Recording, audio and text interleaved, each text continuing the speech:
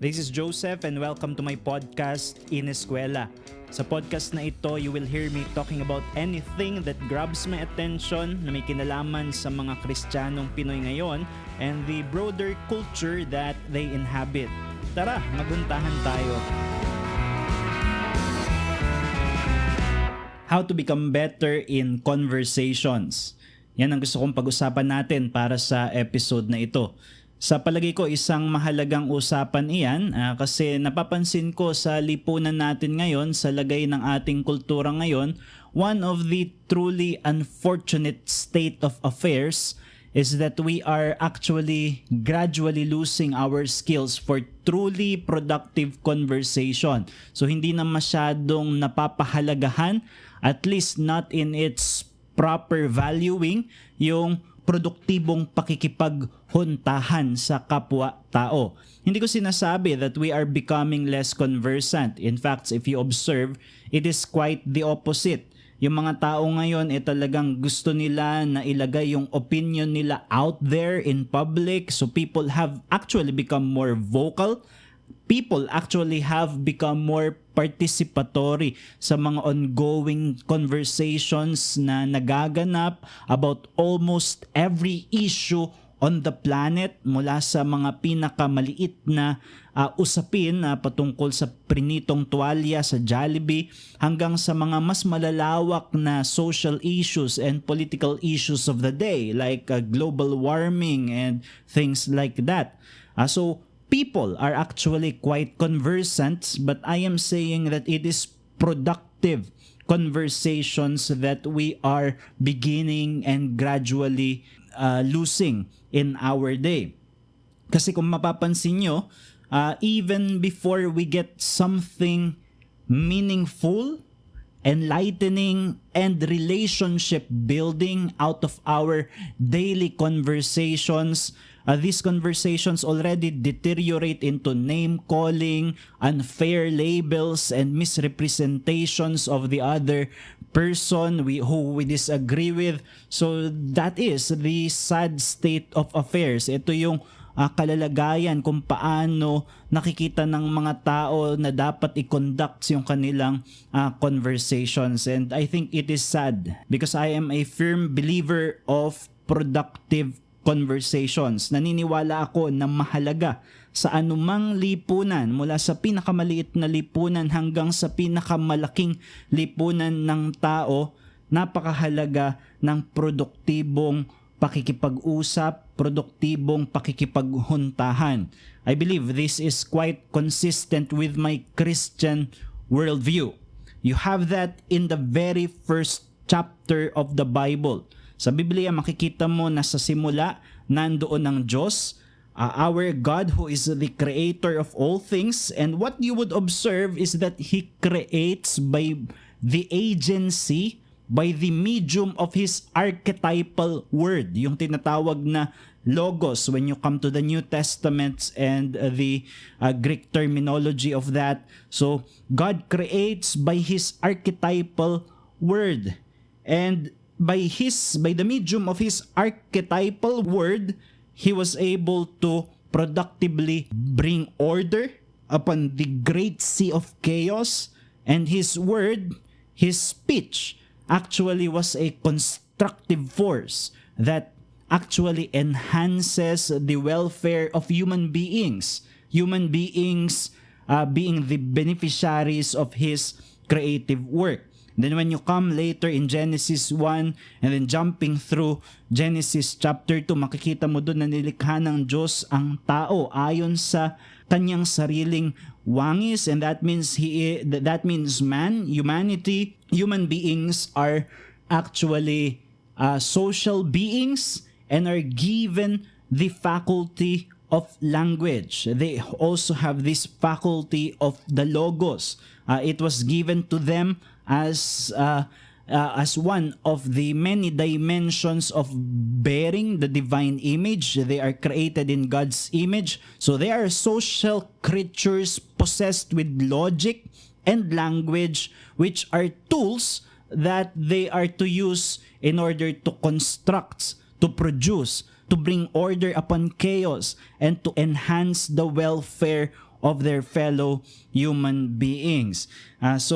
If we are going to build communities of flourishing individuals, napakahalaga ng produktibong pakikipaghuntahan, productive conversations that brings about solutions to real problems, that brings about negotiations in order to keep harmony and peace among human beings. This must occur. These meaningful conversations, these productive conversations must not be suppressed. And totoo yan, kagaya ng sinabi ko sa mas malawak na aspeto ng lipunan, and totoo rin yan sa mga mas maliliit na aspeto ng ating lipunan. Try for example a marriage, pag-aasawa na walang functional conversation. What happens is that it just becomes a power play of suppressing the other, of imposing the will of the other person upon another. In other words, it becomes tyrannical, and that's what our society is headed without meaningful conversations. It becomes tyrannical.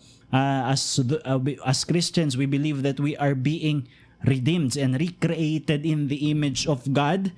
Makikita niyo sa Biblia, we are being called as Christians to grow in our conversational skills and conversational graces. So conversational skills and conversational graces are actually exalted in the book of Proverbs. To give one example, Proverbs 16 verse 23, kung saan sinabi, "The heart of the wise makes his speech judicious and adds persuasiveness to his lips." So there is that making our speech truthful and just. It must be judicious, and then we add persuasiveness to it, meaning skills in communicating. And then you also have that in the New Testament, Colossians chapter 4 verse 6, "Let your speech always be gracious, seasoned with salt, so that you may know how you ought to answer each person." Then one of my favorite, because it highlights the conversational aspects to our speech, to our speaking, is James chapter 1 verse 19, where we have the exhortation of James. Sinabi niya, "Know this, my beloved brothers, let every person be quick to hear, slow to speak, and slow to anger." So napakahalaga para sa mga mananampalataya na maging mahusay sa pakikipaghuntahan. So allow me to enumerate necessary graces to cultivate if you are going to have better conversations. And first on my list is respect. Yung pagkakaroon ng respeto sa kapwa-tao. Now, I'm not using the word respect here in the sense of reverence for superiority or the other person's authority. So karaniwan kasi ganun natin ginagamit yung salitang respeto. Tumutukoy ito sa pagturing natin sa mas nakakatanda o kaya doon naman sa mas merong mataas na otoridad sa atin.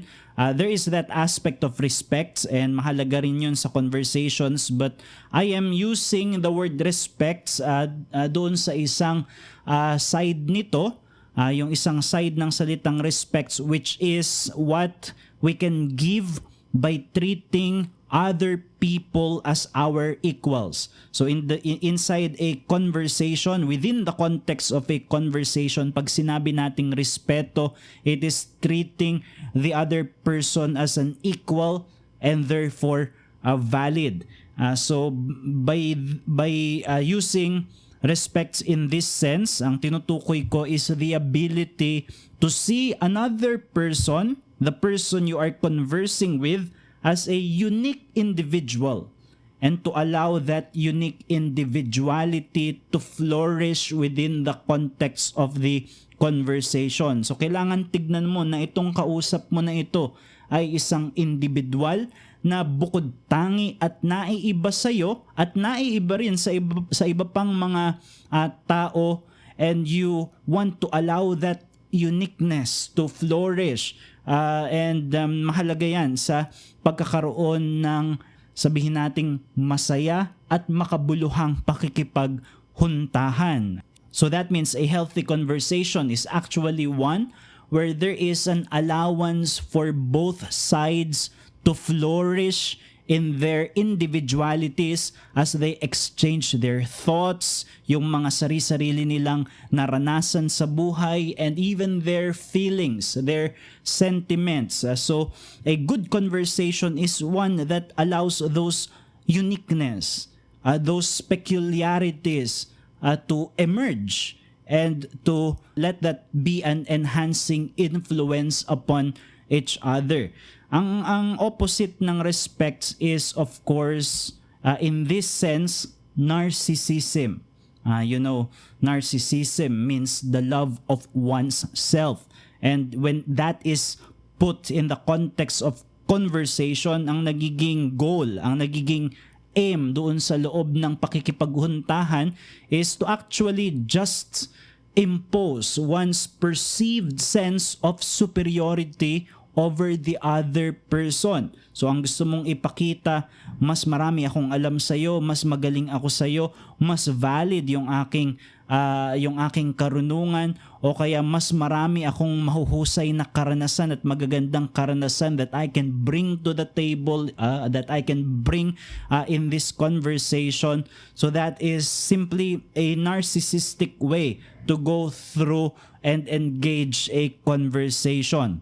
So mapapansin mo yan when you are larger in the conversation, mas malaki ka, mas pervasive ka dun sa conversation. It is your priorities, for example, that dictates the flow of the conversation at the expense and the suppression of the other side. So that is not a productive way of conversing because it becomes more of a one-sided demonstration of perhaps one's perceived superiority. Now, it is possible, don't get me wrong, that one can appear more dominant in the conversation, not so much because of his disrespect of the other's individuality, but because of differences, say for example, in terms of personality, in terms of confidence in speaking. So hindi yun yung tinutukoy ko. Pero in a truly productive conversation, you know that it is happening when you are in that context where the uniqueness of the individuals are letting to flourish. Hinahayaan na umusbong yung pagiging bukod-tangi ng mga individual doon sa loob ng pakikipaghuntahan. So bakit mahalaga ito? Because respect is recognizing that the person you are talking to in his unique individuality is actually valuable and is worth exploring at that very uniqueness, at that very individuality. Now this would mean then, as a practical necessity, that you need to resist the temptation to put the person you are conversing with inside a box. At yan yung nakikita ko na nangyayari sa maraming mga pakikipaghuntahan ngayon, lalo na pagdating sa mga heated issues that relates to our society, to our politics, and many times even inside the church. We like putting people inside boxes. That is not good because, as I've said, you need to treat the person in terms of his individuality. And since you are treating the person in terms of his unique individuality, you must hear him or her speaking as himself or speaking as herself. Now, this is really becoming very challenging sa ating panahon because our public discussions sadly have devolved into ideological babbles of the defenders of bipartisan perspectives. So kapag nakikipag-usap ka sa isang individual, ang naririnig mo ay hindi yung kanyang unique individuality but more so yung kanyang mga predictable utterances that are actually not drawing from beneath his soul, from the bottom of his being, at from the core of his being.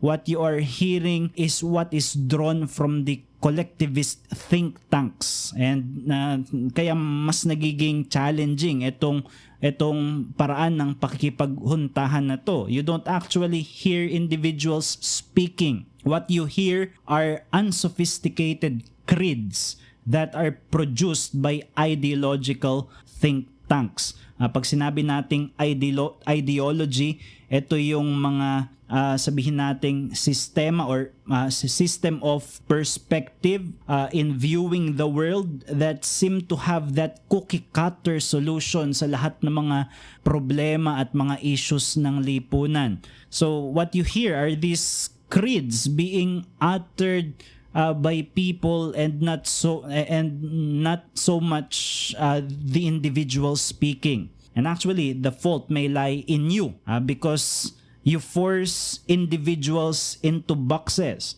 Madali kasing ilagay yung mga individual sa boxes, sa mga neat categorization. It's easier to understand them after all, if that is what we want, the convenience of having a sense of understanding the other person even before we actually converse with them. So it's easy to do that when they fit them inside these neat ideological generalizations, even if that generalizations don't actually perfectly fit the individual you are talking to. So pwedeng ikaw ang may kasalanan doon. Or sometimes pwedeng yung kausap mo rin yung may kasalanan doon because they have swallowed wholly these cookie cutter perspectives, and they do that in order to have the convenience of having an easy answer about complicated questions and issues na nangyayari sa lipunan. So makikita nyo yan minsan yung isang tao kapag kausap mo siya, you would expect that you are going to hear nothing but the ghost of the Frankfurt School. So makikita mo yan, for example, sa politics natin. We know that in politics, for example, there is a wide political spectrum coming from left to right.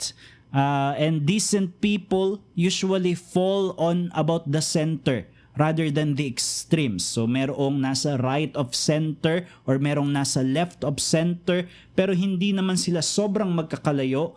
Medyo yung isa lang has tilted to the right, yung isa tilted to the left, more left-leaning views in terms of politics. Pero pag narinig mo sila na nag-converse, pag narinig mo sila na nag-usap, they are pushing each other to fit the extreme descriptions, the descriptions of the far left, the descriptions of the alt-right. So ganun yung nangyayari sa ating mga discussions because precisely because we want to place people inside neat ideological generalizations.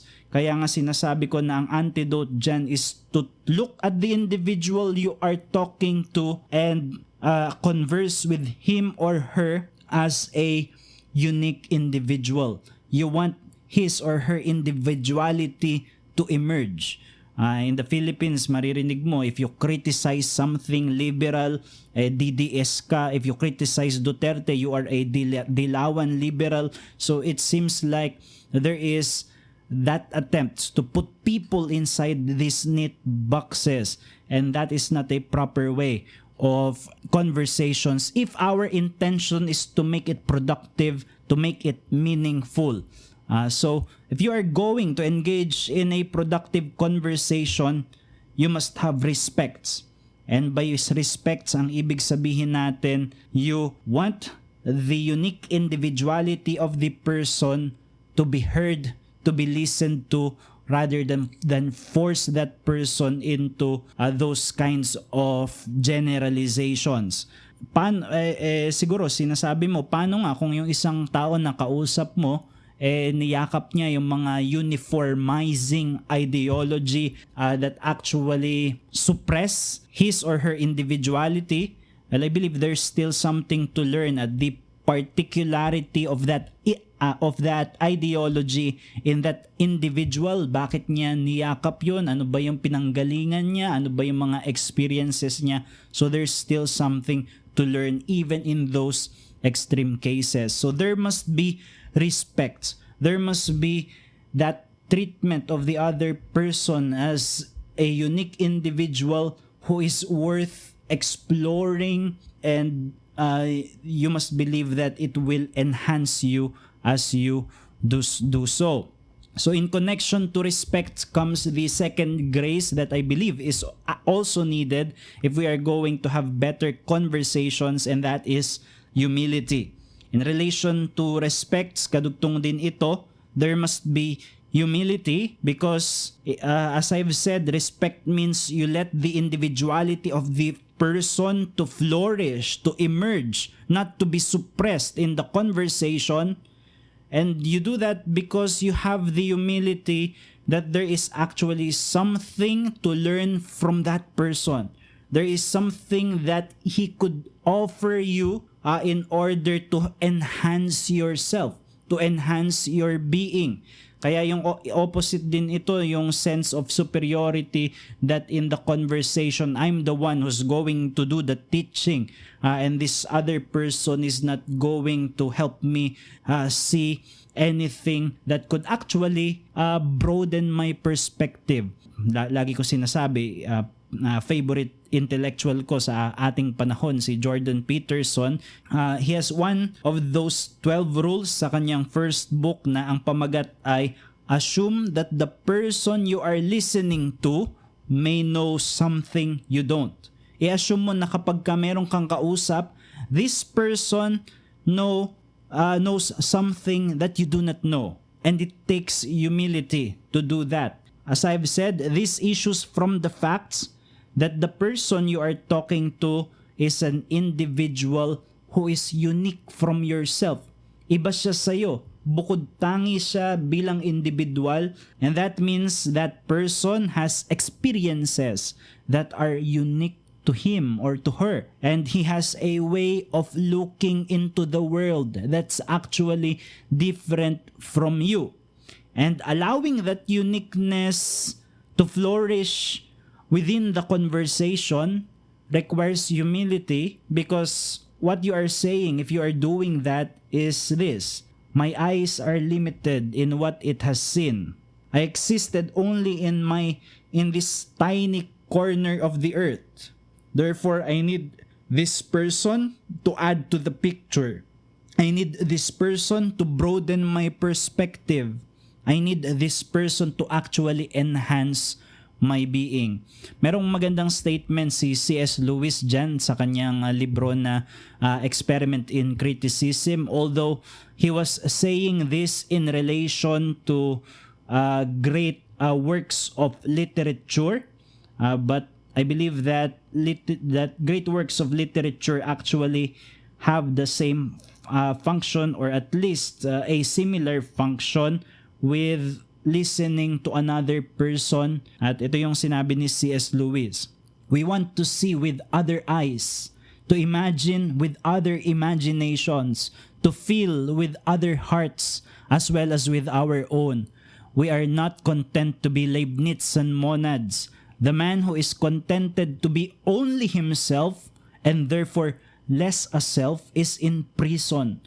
My own eyes are not enough for me. I will see through those of others. Reality, even seen through the eyes of many, is not enough. I will see what others have invented. Even the eyes of all humanity are not enough. I regret that the brutes cannot write books. Very gladly would I learn what face things present to a mouse or to a bee. More gladly still would I perceive the olfactory world, charged with all the information and emotion it carries for a dog. So ibig sabihin, sinasabi ni C.S. Lewis that he is so tiny and limited that he needs the the eyes, the perspectives of other people, their experiences in order to enhance his self, in order to enhance his being. In fact, even if there is a way to listen, so to speak, to an insect or to a dog, he would gladly do so because even that would enhance his being. So therefore, there must be humility. There must be a sense of, I can learn something from this other person, and that will enhance our conversation significantly. If we are not coming into the conversation simply to impose ourselves, to be, as C.S. Lewis said, to be content but just by being ourselves, we want to listen and to be enhanced by the perspective of the other person, even those people we disagree with. So yun yung pangalawa. So there must be respect, there must be humility, and adding to those two, and still in relation to that is sympathy. Pag sinabing sympathy, ang tinutukoy ko dyan ay yung ability to truly understand. So you know that you have engaged in a meaningful conversation if the other person you are talking to had a sense that he or she was not misinterpreted, but that he was truly understood. Naintindihan yung kanyang perspective, naintindihan even perhaps yung kanyang pagkatao after the conversation. And again, there is a challenge there that to combat our selfishness, because the usual way perhaps that we do our conversation is that we listen superficially, but only in so far as we are able to formulate a response. So nakikinig tayo only as needed, and therefore hindi malalim na pakikinig, shallow na pakikinig, just enough in order for us to be able to formulate a response which we feel would make us look better. And that is once again a narcissistic way of going about our conversations. Sinabi ni Stephen Covey sa kanyang maganda at popular na aklat, self-help book, 7 Habits of Highly Effective People. Sabi niya, seek first to understand, then be understood. So, ibig sabihin, bago mo hangarin na maunawaan ka nung kausap mo, your first goal is to have that person be understood by you. So, kailangan mo siyang maintindihan. So, that means you only have a right to be heard if you have truly heard from the other. You only have the right to be understood after you have understand the other's perspective and the other's point of view and the other's personality. So pwedeng at the end, you are going to affirm what you heard or perhaps modify it. Nakikita mo na naintindihan mo yung sinabi niya, sa tingin mo may kulang, mayroong kaunting mali, so you will modify it and you will communicate that in your response, and you can even disagree with what the person has said, but you only have the rights of those response in the conversation. That right is handed to you only if there was really an attempt on your part to truly understand what the other meant. Kaya isang counterproductive if we want to have this kind of conversation ay yung tinatawag na straw man method. So alam niyo yung straw man, hindi yun totoong tao, hugis tao lang siya. Kaya pag sinuntok mo yun, pag binugbog mo yun, hindi yun makakaganti. And sometimes we do that in our conversations when we reduce the point of view, the perspective of the other person to its most absurd form, to its most foolish version, in order to be able to reject it, counter it, argue against it with ease. That is not helpful in our conversation. If you want to know how that looks like, pwede kayong magpunta sa YouTube. I-search ninyo yung interview ni Jordan Peterson kay Kathy Newman. And you will hear repeatedly Jordan Peterson explaining his views, and then the interviewer would respond in a way of transforming what she heard, what was said, transforming it into another thing entirely that is actually a deformation of Peterson's view. Ganun yung isang paraan if our goal in conversation is simply to win an argument, to simply want to make ourselves feel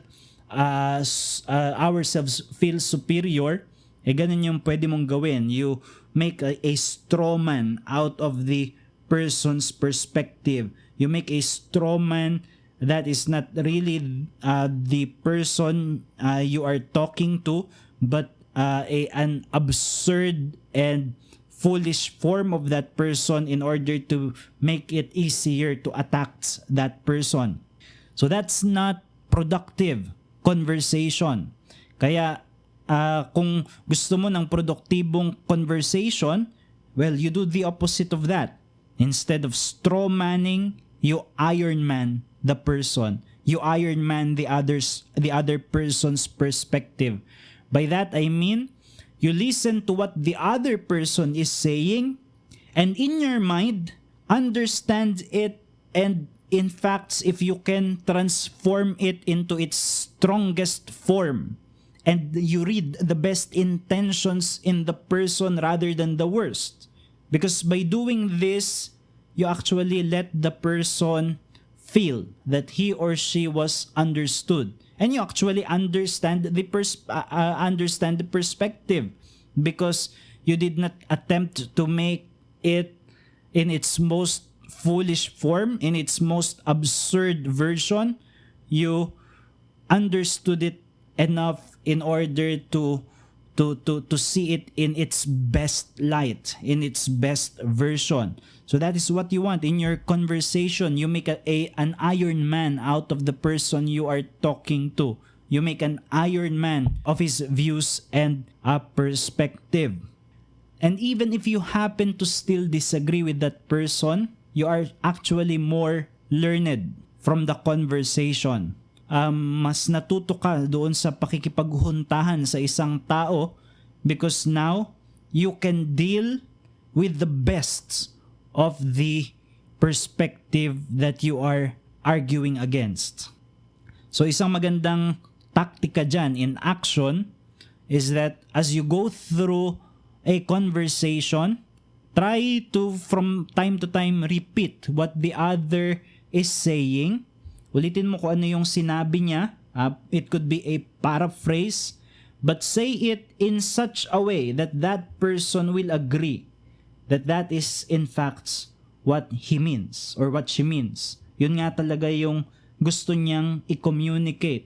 By repeating it, you are saying it in a way that you think is the best way to summarize what was said. Not its absurd form again, not its foolish version, but the best way to articulate it, and the person must agree that is in fact what I meant.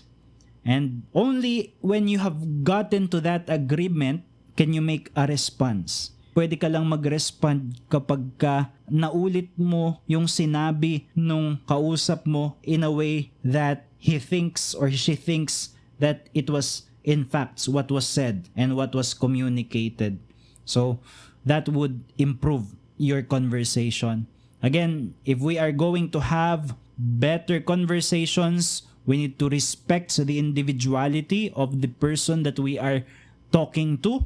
Kailangan natin ng humility in order to have that faith that this person in that unique individuality have something that could enhance my being, that could enhance my perspective, that could broaden my point of view, and you need to as your tactic, you need to have sympathy in order to accomplish that. Meaning you must have the ability and skill to truly understand. So there, I hope that these few tips would help you make better in making conversations. And in relation to that, I invite you to interact with my thoughts, hopefully in a civil manner. So you can post a comment, you can send a message in our FB page, and if you have other means of reaching out, you can do so. Paghuntahan natin yan.